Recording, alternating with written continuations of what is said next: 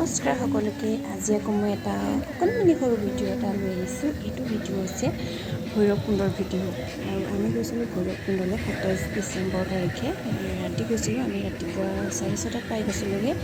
আৰু এইটো ঠিক 10টামান বজাৰ পৰিৱেশ। চাওকচোন ইমান ধুনীয়া এটা জেগা, বৰ সুন্দৰ পৰিৱেশ।